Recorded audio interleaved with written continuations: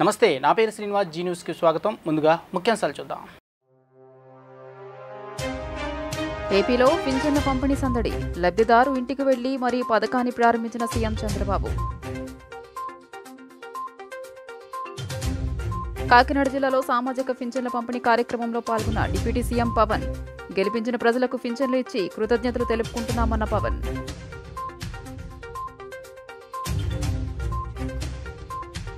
Super 6లో భాగంగా నేడు తొలి అడుగు పడిందన్న మైలవరం శాసనసభ్యులు వసంత కృష్ణ ప్రసాద్.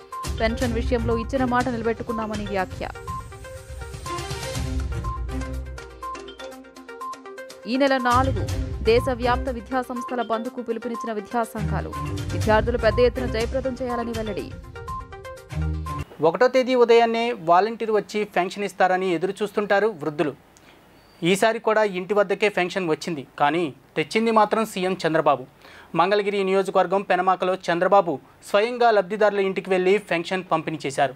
పూరిపాకలో నివాసం ఉంటున్న ఆ కుటుంబం యోగక్షేమాలు కనుక్కున్నారు. నేరుగా ముఖ్యమంత్రి ఇంటికి వచ్చి పెన్షన్ ఇవ్వడంతో కుటుంబ సభ్యులు సంతోషం వ్యక్తం చేశారు. గత టీడీపీ ప్రభుత్వంలో ఇంటి వద్దకే పెన్షన్ కార్యక్రమం లేదు. జగన్ హయాంలో వాలంటీర్ వ్యవస్థతో ఈ పద్ధతి మొదలైంది. దీన్ని తనదైన శైలిలో మళ్లీ ప్రారంభించారు సీఎం చంద్రబాబు. ఆయన తొలి పెన్షన్ లాంఛనంగా పంపిణీ చేశారు. ఇక జిల్లాలో మంత్రులు, ఎమ్మెల్యేలు, ఇతర నాయకులు ఈ పెన్షన్ పంపిణీ కార్యక్రమంలో పాల్గొంటున్నారు. వాలంటీర్లు లేకపోయినా సచివాలయ సిబ్బందితో పెన్షన్ పంపిణీ పూర్తి చేసి చూపించాలని ప్రభుత్వం నిర్ణయించింది. వీలైతే తొలి రోజే పెన్షన్ల పంపిణీ 100% పూర్తి చేయాలని, కుదరకపోతే 2వ రోజుతో పెన్షన్ల పంపిణీ పూర్తి కావాలని ప్రభుత్వం నిర్ణయించింది. ఒక్కో సచివాలయ ఉద్యోగి 50 మందికి పెన్షన్ ఇవ్వాల్సి ఉంటుంది. స్టాఫ్ సరిపోకపోతే కొన్ని చోట్ల అంగన్వాడీ, ఆశా సిబ్బందిని వినియోగించుకుంటున్నారు. రాష్ట్ర వ్యాప్తంగా మొత్తం 65.18 లక్షల మందికి పెన్షన్ల పంపిణీ కోసం రాష్ట్ర ప్రభుత్వం 4,408 కోట్లు విడుదల చేసింది. గతంలోలాగే ఇంటి వద్దకే వచ్చి పెన్షన్ల పంపిణీ చేపట్టారు. కానీ ఒక్కటే తేడా, అప్పుడు ఇచ్చింది వాలంటీర్లు, ఇప్పుడు పంపిణీ చేస్తోంది సచివాలయ ఉద్యోగులు.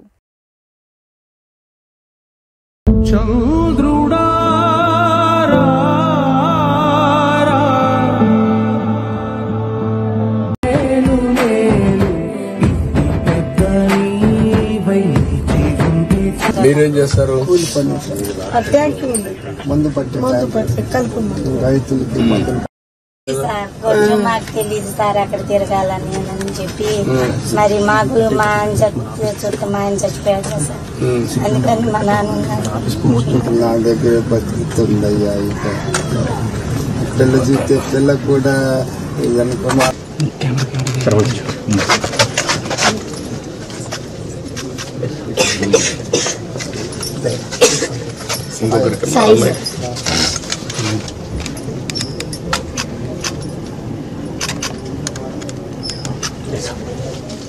ఏపీ వ్యాప్తంగా ఎన్టీఆర్ భరోసా పింఛన్ల పంపిణీ కార్యక్రమం కొనసాగుతుంది. డిప్యూటీ సీఎం పవన్ కళ్యాణ్ కాకినాడ జిల్లా గొల్లప్రోలులో నిర్వహించిన పింఛన్ల పంపిణీ కార్యక్రమంలో పాల్గొన్నారు. పలువురు లబ్ధిదారులకు పింఛన్లు అందజేశారు. సభలు, ర్యాలీలు నిర్వహించడం తనకు ఇష్టం ఉండదని, అలాంటి విలువైన సమయాన్ని తనకు వచ్చిన బాధ్యత మీద పెడతానని డిప్యూటీ సీఎం పవన్ కళ్యాణ్ అన్నారు. తాను తీసుకున్న శాఖలు చాలా కీలకమైన శాఖలని చెప్పారు. తక్కువ మాట్లాడి ఎక్కువ పని చేద్దాం అనుకుంటున్నానని పవన్ అన్నారు. మనం గత ప్రభుత్వాన్ని విమర్శించాం. ఇప్పుడు మనకు ఛాలెంజ్ ఏంటంటే ఇచ్చిన మాటను నిలబెట్టుకోవడం. పింఛన్ను మేము పెంచి ఇచ్చాం. చంద్రబాబు అనుభవం వల్ల ఈరోజు రాష్ట్రంలో ఇన్ని ఆర్థిక సమస్యలు ఉన్నప్పటికీ కూడా పింఛన్ ఇవ్వగలిగాం. అర్హులైన ప్రతి ఒక్కరికి పింఛన్ ఇవ్వాలి. ఏ పార్టీ వాళ్ళైనా మీకు పింఛన్ ఇవ్వడం ఈ ప్రభుత్వం బాధ్యత. గత ప్రభుత్వం విలేజ్ వాలంటీర్ అనే ఒక ప్రైవేట్ సంస్థని ఏర్పాటు చేసింది. వాలంటీర్స్ లేకపోతే పింఛన్ల పంపిణీ ఆగిపోయి అని భయపెట్టారు. ఇప్పుడు ఎక్కడైనా పింఛన్ పంపిణీ ఆగిపోయిందా అంటూ పవన్ ప్రశ్నించారు. ఉదయం 6 గంటలకు మొదలు పెడితే రాత్రి సమయానికి అన్ని ప్రాంతాల్లో పంపిణీ పూర్తవుతోంది. ప్రభుత్వ ఉద్యోగులు, సచివాలయ సిబ్బంది మీ ఇంటికి వచ్చి మరీ పెన్షన్ ఇస్తున్నారు. ప్రభుత్వ ఉద్యోగి మీ ఇంటికి వచ్చి మీకు పింఛన్ డబ్బులు ఇచ్చే సమయంలో డబ్బులు అడగడానికి లేదు, కానీ ప్రైవేట్ ఉద్యోగులు అడగడానికి ఉంది. ఎవరు డబ్బులు అడిగినా కూటమి పార్టీ అభ్యర్థుల దృష్టికి తీసుకువెళ్ళండి, లేకపోతే కలెక్టర్ దృష్టికి తీసుకురండి, చర్యలు తీసుకుంటామని పవన్ కళ్యాణ్ తెలియజేశారు. ఎలక్షన్లు గెలిచిన తర్వాత నాకు లోపల నుంచి ఏముందంటే నాకు ఊరేగింపులు చేసుకోవడం నాకు ఇష్టం లేదు. పనిలోకి వెళ్ళాలనుకున్నాను. ముందు కృతజ్ఞతని ఎలా చెప్పగలను? ఈ రోజు వచ్చి పెన్షన్లు ఇచ్చి నేను కృతజ్ఞత చెప్పుకోగలను. ఎందుకంటే నేను ఒకటి పెట్టుకుంది ఏంటంటే, ఒక సభ పెట్టాలి అంటే చాలా శ్రమ అవసరం అవుతుంది. ఒకసారి పోలీస్ శాఖ నలిగిపోతూ ఉంటారు. చాలా వనరులు, మానవ వనరుల దగ్గర నుంచి అన్ని రకాల వనరులు చాలా అత్యవసరం అయితే తప్ప అది ముందుకు తీసుకెళ్ళకూడదని అనుకుంటాను. సో ముందుగా నేను ఒక భారీ సభ పెట్టో లేదంటే ఊరేగింపులు చేసుకొని ఇవన్నీ చేయడానికి ఇబ్బంది ఏం లేదు. కానీ చేస్తే చాలా విలువైన మీకోసం పనిచేసే సమయం పోతుంది. పైగా నేను తీసుకున్నవి చాలా కీలకమైన శాఖలు, పంచాయతీరాజ్ శాఖ, అటవీ పర్యావరణ శాఖ, దాంతోపాటు పొల్యూషన్ ఉంటుంది, పొల్యూషన్ శాఖ, అలాగే సైన్స్ అండ్ టెక్నాలజీ. పంచాయతీరాజ్లో దాదాపు 3 చాలా కీలకమైన విభాగాలు ఉంటాయి. వాటన్నిటినీ చదవడానికి, అవగాహన చేసుకోవడానికి చాలా సమయం పడుతుంది. ఆ పరిపాలన అంటే ఆ శాఖ తాలూకు పరిపాలన వ్యవస్థ ఎలా ఉంటుంది, అడ్మినిస్ట్రేటివ్ డిఫికల్టీస్ ఏముంటాయని, ఇవన్నీ అర్థం చేసుకోవడానికి నేను ఈ సమయం తీసుకున్నాను. ఈ సందర్భంగా నేను పిఠాపురం నన్ను గెలిపించిన, భారీ మెజారిటీతో గెలిపించిన ప్రజలందరికీ నేను రుణపడి ఉంటాను. నేను ఎక్కువ మాటలు చెప్పి తక్కువ పని చేయదలుచుకోలేదు, తక్కువ చెప్పి ఎక్కువ పని చేయదలుచుకున్నాను. ఇది మొన్నదాకా మనం తిట్టుకున్నాం, గత ప్రభుత్వాన్ని విధానాలని మనం అనుకున్నాం, విమర్శించాం. ఇప్పుడు ఛాలెంజ్ ఏంటంటే మనం ఏ ప్రామిసెస్ అయితే చేశామో, ముఖ్యంగా ఇందాక మన దివ్యాంగుల మనకి ఆ సోదరి మాట వింటా ఉంటే, నేను ప్రతిసారి జనవాణి కార్యక్రమానికి వెళ్తున్నప్పుడు ఎన్నోసార్లు వాళ్ళు కూర్చొని అవగాహన చేసుకున్నాం. ఈ 3,000 ఇవ్వలేని పరిస్థితులు, ఒకళ్ళు ఇచ్చిన చాలీచాలని పరిస్థితులు, ప్రతిసారి చాలా సందర్భాల్లో నేను చంద్రబాబు గారు దీన్ని చెప్పాను. ఈ అత్యంత వెనకబడ్డ నిర్లక్ష్యానికి గురి కాబట్టి ఎవరు ఉన్నారంటే దివ్యాంగులే మన భారతదేశపు సమాజం ముందుగా మనం పెట్టుకోవాల్సింది. అధికారులు ఇంకా మారాల్సి ఉంది సార్ అంటూ నారా లోకేష్ అంటే, లేదు మారారిలే అంటూ సీఎం చంద్రబాబు బదులిచ్చారు. మంగళగిరి నియోజకవర్గం పెనమాకలో జరిగిన ఎన్టీఆర్ భరోసా పింఛన్ల పంపిణీ కార్యక్రమంలో మంత్రి లోకేష్ మధ్య ఆసక్తికర చర్చ జరిగింది. ఆ విశేషాలేంటో ఇప్పుడు చూద్దాం. ముఖ్యమంత్రి చంద్రబాబు, మంత్రి లోకేష్ మధ్య ఆసక్తికర సంభాషణ జరిగింది. ఇందుకు గుంటూరు జిల్లా పెనుమాకలో నిర్వహించిన పింఛన్ల పంపిణీ కార్యక్రమం వేదిక అయింది. ఈ సందర్భంగా గతంలో పరదాల ముఖ్యమంత్రిని చూశామని, ఇప్పుడు ప్రజల సీఎంను చూస్తున్నామని మంత్రి నారా లోకేష్ తెలిపారు. అధికారులు సెట్ అయ్యేందుకు ఇంకా టైం పడుతుందనుకుంటా సార్, ఇంకా పరదాలు కడుతున్నారని చంద్రబాబుకు వివరించారు. దీనికి చంద్రబాబు బదిలిస్తూ, లేదు సెట్ అయ్యారు అని చెప్పారు. కొంతమంది ఇంకా పరదాలు కట్టడం మానుకోలేదని బతిమిలాడి తీయిస్తున్నామని లోకేష్ వివరించారు. మళ్ళీ అలాంటివి పునరావృతమైతే పరదాలు కట్టిన వారిని సస్పెండ్ చేయడం తప్ప వేరే మార్గం ఉండదని ముఖ్యమంత్రి పేర్కొన్నారు. పాత రోజులు మర్చిపోవాలి, ఎవరైనా సరే పాత రోజులు మర్చిపోవాలని చంద్రబాబు అన్నారు. ఫిర్యాదులు వస్తే మాత్రం చర్యలు తప్పవని హెచ్చరించారు. రివర్స్ పోయే బండిని పాజిటివ్ వైపు నడిపిస్తున్నామని చెప్పారు. స్పీడ్ పెంచడం తప్ప వెనక్కి వెళ్లే పరిస్థితి ఎవరికీ ఉండకూడదని అన్నారు. ఆ ఆలోచనే రాకూడదని వివరించారు. అలా ఉండకపోతే ఒక షాక్ ట్రీట్మెంట్ ఇస్తే అందరూ సెట్ అయిపోతారని పేర్కొన్నారు. దానికి తాను సిద్ధంగా ఉన్నట్లు చంద్రబాబు వ్యాఖ్యానించారు. కొత్త శకానికి, కొత్త కల్చర్కి అందరూ అలవాటు కావాల్సిందే, ఇంకా టైం ఉండదు. ఏది కూడా రివర్స్ గేర్ నుంచి రివర్స్ పోయే బండిని పాజిటివ్ గా నడిపిస్తున్నాం. ఇంకా స్పీడ్ పెంచడం తప్ప వెనక్కిపోయే సమస్య ఎవరికి ఉండకూడదు, ఆలోచన రాకూడదు. లేకపోతే ఒక షార్ట్ ట్రీట్మెంట్ ఇస్తే అందరూ సెట్ అయిపోతారు, ఇన్క్లూడింగ్ ఎవరైనా సరే. నేను సిద్ధంగా ఉన్నా షార్ట్ ట్రీట్మెంట్ ఇవ్వడానికి. పాపం ఇంకా కొంచెం ఇది ఉంది కాబట్టి స్లోగా పోతున్నా, ఇప్పుడు స్పీడ్ పెంచాలి ఇంకా, అంతే. నేను అందుకే చెప్పా 95 ముఖ్యమంత్రిని చూస్తారని. 4.0 95 అది గుర్తుపెట్టుకోవాలి. 95లో ఒకసారి మీరు చరిత్ర గుర్తుపెట్టుకోవాలి. అప్పుడు నువ్వు కూడా కుర్రాడివి, నీకు కూడా ఐడియా లేదు. అప్పుడు నా చరిత్ర గుర్తుపెట్టుకుంటే, హైదరాబాద్ లో బయలుదేరుతున్నానంటే రాష్ట్రం మొత్తం రెడ్ అలర్ట్ ఉండేది. అంత భయంకరంగా చేయను కానీ తప్పు చేస్తే మాత్రం ఎవరిని వదిలిపెట్టను. ఉంటే మా మైండ్ అంతా మార్చుకోవాలి. అందుకే 95 అన్నా నేను. 95 CBN 1.0 నాట్ 4. అది రిపిటేషన్ వస్తుంది. ఇప్పుడు ఇక్కడ మంత్రులకు ఉంటుంది, ఎమ్మెల్యేలకు ఉంటుంది, అందరికీ ఉంటుంది. ఏపీ మాజీ మంత్రి బొత్స సత్యనారాయణ నేడు మీడియాతో మాట్లాడారు. రాష్ట్రంలో గత 20 రోజులుగా జరుగుతున్న పరిణామాలు చూస్తుంటే బాధగా ఉందన్నారు. తమ పార్టీ కార్యాలయాల్లోకి అధికార పార్టీ నేతలు చొరబడుతున్నారని, గతంలో ఎప్పుడూ ఇలాంటి పరిణామాలు చోటు చేసుకోలేదని అన్నారు. నిబంధనలకు లోబడే తమ పార్టీ కార్యాలయాల నిర్మాణాలు జరుగుతున్నాయని బొత్స స్పష్టం చేశారు. విపక్ష వైసీపీ కార్యాలయానికి వెళ్లి అధికార పార్టీ ఎమ్మెల్యే పరిశీలించడం ఏంటని మాజీ మంత్రి బొత్స సత్యనారాయణ మండిపడ్డారు. కావాలనుకుంటే ప్రభుత్వ కార్యాలయాలకు వెళ్లి పరిశీలించుకోండి అని వ్యాఖ్యానించారు. యూనివర్సిటీలో వీసీలపైన దౌర్జన్యాలు జరుగుతున్నాయని వెల్లడించారు. యూనివర్సిటీలో వీసీలను నామినేట్ చేయడం అనేది ఒక విధానమని, ఒకవేళ ఆ వీసీ పద్ధతి నచ్చకపోతే నోటీసులు ఇవ్వొచ్చని బొత్స అభిప్రాయపడ్డారు. కానీ వీసీ ఛాంబర్లోకి వెళ్లి బెదిరించడం, వారిని బలవంతంగా తొలగించడం సరికాదని అన్నారు. ఇక విద్యాశాఖలో తనపై వచ్చిన ఆరోపణల పట్ల స్పందించాల్సిన అవసరం లేదని, ఫైళ్లన్నీ వాళ్ల వద్దే ఉన్నాయని పరిశీలించుకోవచ్చని బొత్స పేర్కొన్నారు. అదే సమయంలో కొందరు రిటైర్డ్ ఉన్నతాధికారులు నాటి జగన్ ప్రభుత్వం గురించి ఇప్పుడు బయటకు వచ్చి మాట్లాడుతుండడంపై కూడా బొత్స స్పందించారు. కొందరు రిటైర్డ్ అధికారులు అధికారంలో ఉన్నప్పుడు మాట్లాడకుండా అధికారం పోయాక మాట్లాడుతుంటారని, ఇది ఎంతవరకు సబబు అని బొత్స ప్రశ్నించారు. మారిన తర్వాత అధికారంలో ఏ పార్టీ ఉంటే ఆ పార్టీకి వాళ్ళు కార్యక్రమాలు చేయడం, ఆ చట్టాన్ని రెగ్యులేటరీ చేయడం, అవన్నీ ఎప్పుడో కొంత సమయాన్ని మరిచిన నేపథ్యాలు కూడా ఉన్నాయి. వాళ్ళ మీద అందుకే వాళ్ళ మీద మాట్లాడవలసిన సందర్భం కాదు. కానీ నాయకత్వం వహిస్తున్న ఆ రాజకీయ పార్టీలు మాత్రం దీన్ని రెగ్యులేట్ చేయవలసిన అవసరం ఉన్నదనేది నా అభిప్రాయంగా మీకు చెప్తున్నాను. దయచేసి ఇలాంటి జరగకూడదని కోరుకుంటున్నాను ఇక ముందు కూడా. ఎందుకంటే 1-2 నిమిషాలు జరిగాయి కావాలి, అప్పుడు మీరు ఏం చేశారని అనే ప్రశ్న కూడా మా ముందు మీరు దీని తర్వాత నన్ను అడగచ్చు. అలాంటి వాళ్ళు దాన్ని కాదని వారించినప్పటికీ ఆ సందర్భంలో మా చేతుల్లో లేకపోవచ్చు. ఎప్పుడు కూడా ఇలాంటి వాటిని సమర్థించే నేపథ్యం ఇప్పుడు లేదు. సో కాబట్టి మళ్ళీ ఇలాంటి పునరావృతం జరగకుండా టీడీపీ సూపర్ 6 మేనిఫెస్టో హామీ అమల్లో తొలి అడుగు పడిందని మైలవరం శాసనసభ్యులు వసంతకృష్ణ ప్రసాద్ హర్షం వ్యక్తం చేశారు. జూలై 1 నుంచి పింఛన్దారులకు 4,000 పెన్షన్ అందజేస్తామన్న కూటమి ప్రభుత్వ హామీని నిలబెట్టుకున్నామని ధీమా వ్యక్తం చేశారు.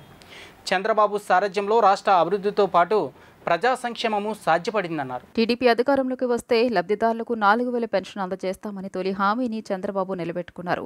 జూలై 1 నుంచి 3,000 పెన్షన్ పెంపు చేస్తూ 4,000 ఇస్తామన్న వాగ్దానం అమలులో భాగంగా నేటి ఉదయం 6 గంటల నుంచి అర్హులైన లబ్ధిదారులకు పెన్షన్ పంపిణీ చేసే కార్యక్రమం నిర్వహించారు. ఈ క్రమంలో జిల్లాలోని మైలవరం శాసనసభ్యులు వసంత కృష్ణప్రసాద్ తన నియోజకవర్గ పరిధిలోని గొల్లపూడి గ్రామ పంచాయతీలో లబ్ధిదారుల ఇళ్లకు స్వయంగా వెళ్లి పుష్పగుచ్చాలను అందజేసి పెంచిన పెన్షన్తో పాటు ఏప్రిల్, మే, జూన్ నెలకు సంబంధించిన 3,000 రూపాయల బకాయిలను కలిపి 7,000 రూపాయలను అందజేశారు. గొల్లపూడి, కరకట్ట, రజకపేట ఎస్సీ కాలనీలోని లబ్ధిదారుల ఇళ్లకు ఉదయాన్నే వెళ్లి ముఖ్యమంత్రి చంద్రబాబు కరపత్రంతో పాటు 7,000 రూపాయల నగదును, ఫ్లవర్ బొకేను అందజేశారు. ఈ సందర్భంగా ఆయన మాట్లాడుతూ తమ ప్రభుత్వం ఇచ్చిన హామీలు నిలబెట్టుకుని పింఛన్దారులకు ఉదయం 6 గంటలకే 7,000 రూపాయల పెన్షన్ అందజేయడం జరుగుతుందన్నారు. పెన్షన్ అమలుతో చంద్రబాబు ఇచ్చిన తొలి హామీ నెరవేరినట్లు అయిందన్నారు. దివ్యాంగులకు 3,000 రూపాయల నుంచి 6,000 రూపాయల పెంపుతో పాటు వీల్ చైర్ లేదా మంచానికి పరిమితమైన పింఛన్దారులకు 15,000 రూపాయలు, కిడ్నీ, కాలియం, తలసేమియా వ్యాధిగ్రస్తులకు 10,000 పెన్షన్ అందజేస్తున్నామన్నారు. గత ప్రభుత్వం సంక్షేమం పేరిట ఈ రాష్ట్రాన్ని విధ్వంసం చేసిందని మండిపడ్డారు. చంద్రబాబు చెప్పేవన్నీ దొంగ హామీలన్న వైసీపీ నేతలు సిగ్గుతో తలదించుకోవాలన్నారు. అమరావతి రాజధాని నిర్మాణంతో పాటు పోలవరం ప్రాజెక్టుని ఈ 5 ఏళ్లలో పూర్తి చేసి రాష్ట్ర ప్రజలకు ఇచ్చిన హామీని చంద్రబాబు నిలబెట్టుకుంటారని ధీమా వ్యక్తం చేశారు. ఈ కార్యక్రమంలో కూటమి నేతలు బొమ్మసాని సుబ్బారావు, నర్రా వాసు, నూతలపాటి నారద, జగన్మోహన్ రావు, అక్కల గాంధీ, కటకం ధర్మారావు, నాగరాజు, స్థానిక నేతలు పాల్గొన్నారు. చారిత్రాత్మకంగా ముఖ్యమంత్రి చంద్రబాబు నాయుడు గారు ఏమైతే ఎన్నికల హామీ ఇచ్చారో ఏప్రిల్, మే, జూన్ 3 మాసాలకు కూడా గత ప్రభుత్వం 3,000 ఇచ్చింది. మా ప్రభుత్వం రాబోతా ఉంది, దాన్ని కూడా 4,000 చేస్తాం. ఆ కొరవ 1,000 రూపాయలు కూడా కలిపి ఇస్తామని ఈరోజు జూలైకి సంబంధించిన పెన్షన్తో పాటు ఆ 3 నెలలు కలిపి 7,000 గొల్లపూడిలో లాంఛనంగా ప్రారంభించడం జరిగింది. రాష్ట్ర వ్యాప్తంగా చంద్రబాబు నాయుడు గారు ప్రారంభించారు. అట్లాగే అన్ని నియోజకవర్గాల్లో మొదలైంది. మైలవరం నియోజకవర్గంలో కూడా అన్ని గ్రామాల్లో ఎన్డీఏ కూటమి తరపున చెప్పిన హామీల్లో మొదటి అడుగుగా, తొలి అడుగుగా ఈరోజు ఈ హామీ అమలు చేయటం హర్షణీయం.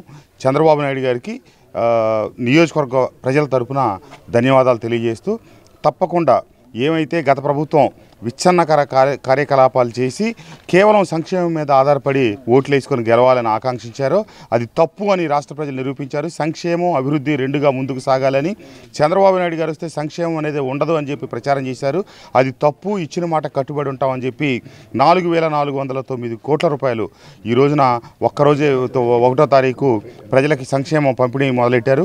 తప్పకుండా ఏమైతే పోలవరం, అమరావతి ఉందో ఇటు సంక్షేమం అటు అభివృద్ధి రెండు కళ్ళుగా ఈ ప్రభుత్వం ముందు సాగుతుందని చెప్పి తెలియజేస్తూ ధన్యవాదాలు. స్పీకర్ పదవి చేపట్టాక తొలిసారి అయ్యన్న పాత్రుడు నిన్న విశాఖ చేరుకున్నారు. Visakha in charge collector K Mayur Ashok, Anakapalli collector Ravi Subhash, DIG Vishal Gunni, పలువురు జిల్లా స్థాయి ఉన్నతాధికారులు ఆయన భేటీ అయ్యారు. ఈ సందర్భంగా పలు అంశాలపై స్పీకర్ అధికారులతో చర్చించారు. స్పీకర్ హోదాలో తొలిసారి విశాఖకి చింతకాయల అయ్యన్న పాత్రుడు వచ్చారు. విశాఖ ఎయిర్పోర్ట్ చేరుకున్న అయ్యన్న పాత్రుడికి టీడీపీ కార్యకర్తలు ఘన స్వాగతం పలికారు. అయ్యన్న పాత్రుడి రాకతో భారీగా కార్యకర్తలు, అభిమానులు తరలివచ్చారు. అక్కడ ఆయనను నగర ప్రముఖులు, అధికారులు, టీడీపీ నాయకులు కలిసి పలు అంశాలపై చర్చించారు. అనంతరం అనకాపల్లిలోని నూకాంబిక అమ్మవారిని దర్శించుకున్నారు. ఈ సందర్భంగా అయ్యన్న పాత్రుడు మాట్లాడుతూ ఎన్టీ రామారావు ఆశీస్సులతో అతి చిన్న వయస్సు 25 సంవత్సరంలోనే టీడీపీ పార్టీలో చేరానని అన్నారు. మంత్రిగా, ఎంపీగా నందమూరి తారక రామారావు, చంద్రబాబు నాయుడు అవకాశం ఇచ్చారని ఆయన గుర్తు చేశారు. ఉత్తరాంధ్రకి స్పీకర్ పదవి కీలకమైన పదవి చంద్రబాబు ఇచ్చారు. స్పీకర్ అనేది చాలా గౌరవమైన పదవి. ఆ కుర్చీకి కష్టపడి పనిచేసి మంచి పేరును తీసుకొస్తానని అయ్యన్న పాత్రుడు చెప్పారు. అంచేత రకరకాల కుర్చీలు వేస్తే సమాధానం చెప్పను. నేను అంచేత నాకు ఫుల్ లిమిటేషన్ ఉంటాయి. ఎమ్మెల్యేగా వేరు, స్పీకర్ వేరు. ఇప్పుడు అడిగిన క్వశ్చన్ ఏంటంటే అతి చిన్న వయసులో ఎన్టీ రామారావు గారి ఆశీర్వాదంతో రాజకీయాల్లోకి వచ్చా. 25 సంవత్సరాల వయసులో ఈ 42 సంవత్సరాల్లో తెలుగుదేశం పార్టీ ఎన్టీ రామారావు గారు కానీ చంద్రబాబు నాయుడు గారిని నాకు అనేక అవకాశాలు ఇచ్చారు. మంత్రి చేశా, ఎంపీ చేశా, అన్నీ చేశాను.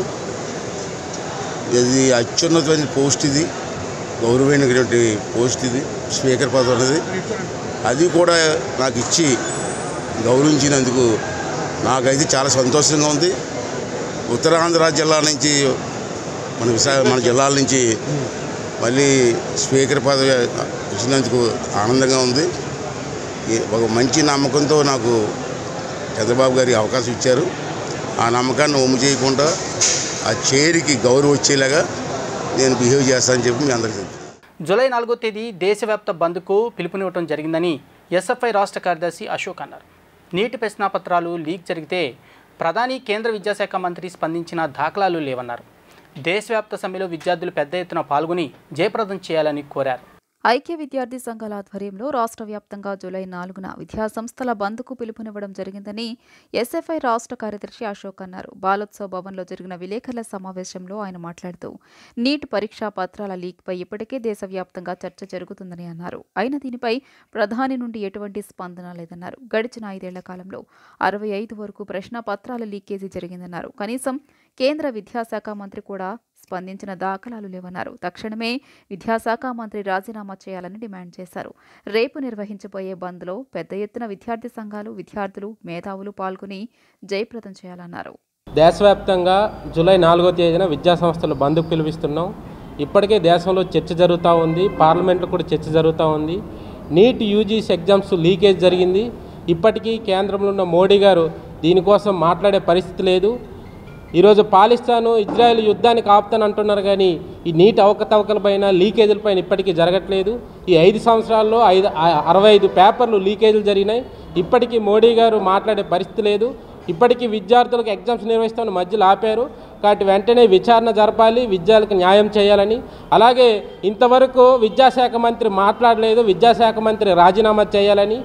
వాటితో పాటు పాఠశాలలు దేశవ్యాప్తంగా 45,000 పాఠశాలలు మూసివేశారు. మూసివేసిన పాఠశాలని తెరవాలని.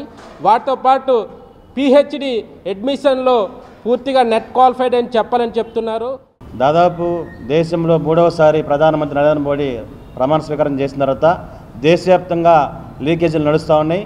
గడిచిన 5 సంవత్సరాలు 65 పేపర్లు లీక్ చేసిన అనంతరం మరలా ఈ దేశంలో దాదాపు 20 లక్షల మంది విద్యార్థుల జీవితాలతోటి నరేంద్ర మోడీ ఆడుకున్న పరిస్థితి ఉంది. దీనికి వ్యతిరేకంగా పెద్ద ఎత్తున దేశవ్యాప్తంగా విద్యార్థి సంఘాలు జూలై 4న బంద్కు పిలుపునిస్తున్నాయి. ఇప్పటికే మొత్తం ప్రాథమిక పాఠశాల విద్యను ధ్వంసం చేసిన మోడీ ఇప్పటికే మళ్ళీ ఉన్నత విద్యారంగం ధ్వంసం చేయాలని చూస్తున్న పరిస్థితిని ఖండిస్తా ఉన్నాం.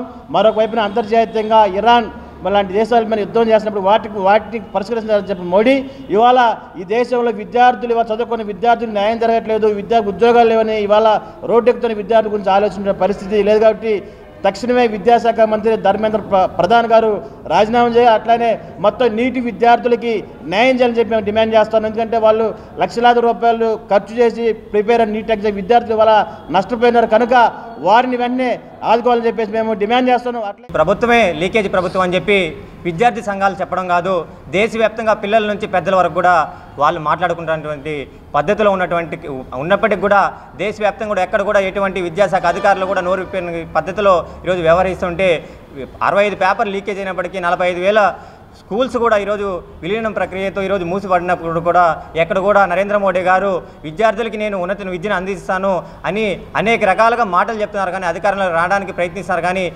మూడోసారి ముచ్చటగానే అధికారంలోకి వచ్చాను అంటున్నాడు. ఎక్కడ వచ్చారని చెప్పి మేము ఈ సందర్భంగా అడుగుతున్నాం. మీరు రాష్ట్రం నుంచి అన్ని రాష్ట్రాల నుంచి మీరు అలయన్స్లో వాళ్ళ పొత్తులతో వాళ్ళు బలపరిస్తే మీరు గెలిచారు, కానీ మూడోసారి ముఖ్యంగా ముచ్చటగా మీరు ప్రధానమంత్రి అయినారు, కానీ మీరు ముఖ్యంగా చూస్తుంటే మీరు ఓడిపోయినారు. ఎందుకంటే యావత్ విద్యార్థి యువత అంతా కూడా దేశవ్యాప్తంగా మీరు చిత్తుగా ఓడించారు. అంతేకాకుండా కేంద్రంలో అక్కడ ఉన్నటువంటి ఎన్టీఏ విద్యాసంస్థ 65 పేపర్లు లీకేజ్ అయినప్పటికీ నెట్ క్వాలిఫికేషన్ అయినటువంటి విద్యార్థులకి రిజల్ట్స్ ఉన్నటువంటి అనౌన్స్ చేసిన డేట్ కన్నా కూడా ముందస్తుగా విడుదల చేయడం, ఒకే సెంటర్లో 700 మార్కులకి వాళ్ళు అంతమంది ఒకే సెంటర్లో 7 మందికి మార్క్స్ ఒకటేగా రావడం అయినప్పటికీ అలా గందరగోళంగా రాష్ట్ర వ్యాప్తంగా విద్యార్థులు వాళ్ళ యొక్క తల్లిదండ్రులు బాధితులే ఆందోళన చేసినప్పటికీ ప్రధానమంత్రి మాట్లాడలేదు. సాధారణంగా వర్షం కురిసే సమయంలో నిర్మాణ పనులు, రోడ్డు వేయటం లాంటివి చేపట్టరు.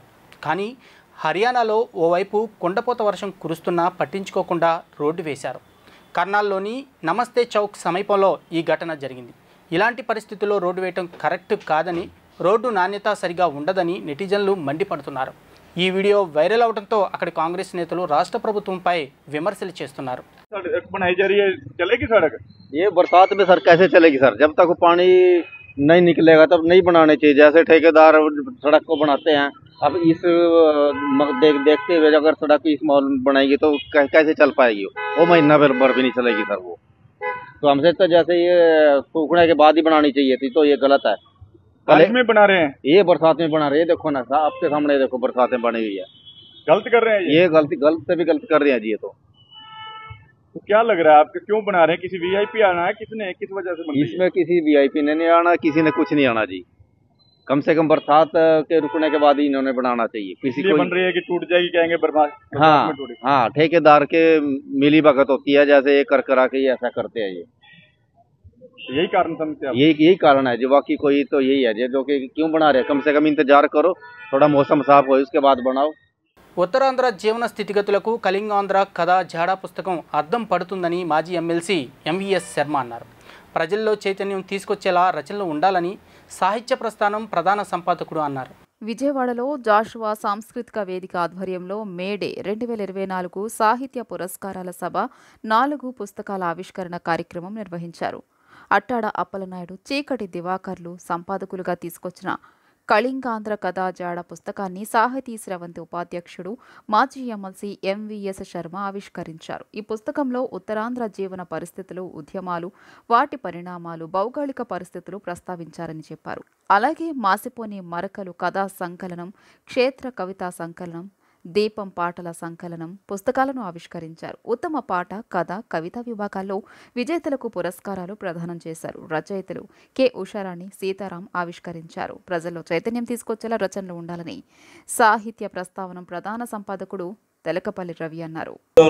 లూసన్ కొటేషన్ ఒకటి ఇచ్చారు, సాహిత్యం ఫిర్యాదు చేయకూడదు, తిరుగుబాటు చేయాలి. చాలామంది ఇప్పటికి కూడా నా అభిప్రాయం ఏంటంటే ఎక్కువ మంది రచయితలు ఫిర్యాదు రచనలే చేస్తున్నారు. ఒకప్పుడు రావిశాస్త్రి గారు అతనికి ముందు రాసే రచయితల్ని అయ్యో అయ్యో కథకులు అనేవాడు. ఏ కథ చదివినా అయ్యో అయ్యో అనిపిస్తుంది ఆ కథ చదివిన తర్వాత. ఇవాళ ఫిర్యాదు, కంప్లైంటింగ్. చాలామంది తర్వాత ఎలా ఉన్నాయంటే చాలా కథలు వృద్ధులు, పిల్లలు, ఆడ మగ కానీ జెండరు, కొన్ని సామాజిక ఉపరితలంలో ఉన్నటువంటి గందరగోళం సృష్టించడానికి పనికొచ్చినటువంటి కొన్ని వస్తువుల్ని కథలుగా రాస్తున్నారు. అసలు చాలా కీలకమైనటువంటి అంశాలు వదిలేస్తున్నారు. దాదాపుగా ఈ 10 ఏళ్లలో అంతకుముందు నుంచి చాలా కాలం నుంచి చాలా ముఖ్యమైన ఒక వ్యవహారం దేశం మొత్తం మీద కానీ ప్రపంచం మొత్తం మీద కానీ జరుగుతుంది. ఎప్పుడైనా సరే ఒక కొత్త ప్రయత్నం, ఒక కొత్త ప్రస్థానం మొదలవుతుందంటే అక్కడ తప్పకుండా దారి దీపం లాంటి చైతన్య స్ఫూరకమైన ఒక సాహిత్య సాంస్కృతిక కేంద్రం తప్పకుండా ఉండాలి. ఉంటే ఆ నడక అదంత వేరుగా ఉంటుంది. సో రాష్ట్ర విభజన తర్వాత మాగ్నేని బసవపున్నయ్య విజ్ఞాన కేంద్రం విజయవాడలో వెలవడం అటువంటి ఒక బ్రహ్మాండమైనటువంటి ఒక సందర్భం. సుందరయ్య విజ్ఞాన కేంద్రం హైదరాబాద్లో అది చైతన్యానికి అన్నిటికీ ఇంకా సుందరయ్య విజ్ఞాన కేంద్రం కానిదేమీ లేదు. సుందరయ్య విజ్ఞాన కేంద్రం ఏర్పడక ముందు ఒక త్యాగరాయ గాన సభ, ఒక రవీంద్ర భారతి అంటే ఉన్న ఇమేజ్ వేరు. సుందరయ్య విజ్ఞాన కేంద్రం ఏర్పడిన తర్వాత అక్కడ కూడా అన్ని సభలు జరగవచ్చు. ఏం జరిగినా కానీ అచ్చట పుట్టిన చిగురు కొమ్మైన చేవ అన్నట్టుగా దాన్ని తలుచుకోగానే వచ్చేటటువంటి ఆ స్ఫురణకు వచ్చే చాలా అంశాలు మాగ్నేని బసవపున్నయ్య విజ్ఞాన కేంద్రం కూడా. బసవపున్నయ్య గారు గొప్ప చదువరి, గొప్ప. ఒకసారి ఆయన వస్తే నా టేబుల్ మీద ఏదో షేక్స్పియర్ అప్పుడే ఇక్కడ కలెక్టర్ వర్క్స్ దొరికితే కొనుక్కొచ్చాను నేను. ఏదో notes to one of the ఎవరు చదువుతున్నారు ఏంటి అని అడిగాడు. వార్తలు ముగించే ముందు ముఖ్యాంశాలు మరోసారి చూద్దాం. ఏపీలో పింఛన్ల పంపిణీ సందడి. లబ్ధిదారు ఇంటికి వెళ్లి మరీ పథకాన్ని ప్రారంభించిన సీఎం చంద్రబాబు. కాకినాడ జిల్లాలో సామాజిక పింఛన్ల పంపిణీ కార్యక్రమంలో పాల్గొన్న డిప్యూటీ సీఎం పవన్. గెలిపించిన ప్రజలకు పింఛన్లు ఇచ్చి కృతజ్ఞతలు తెలుపుకుంటున్నామన్న పవన్.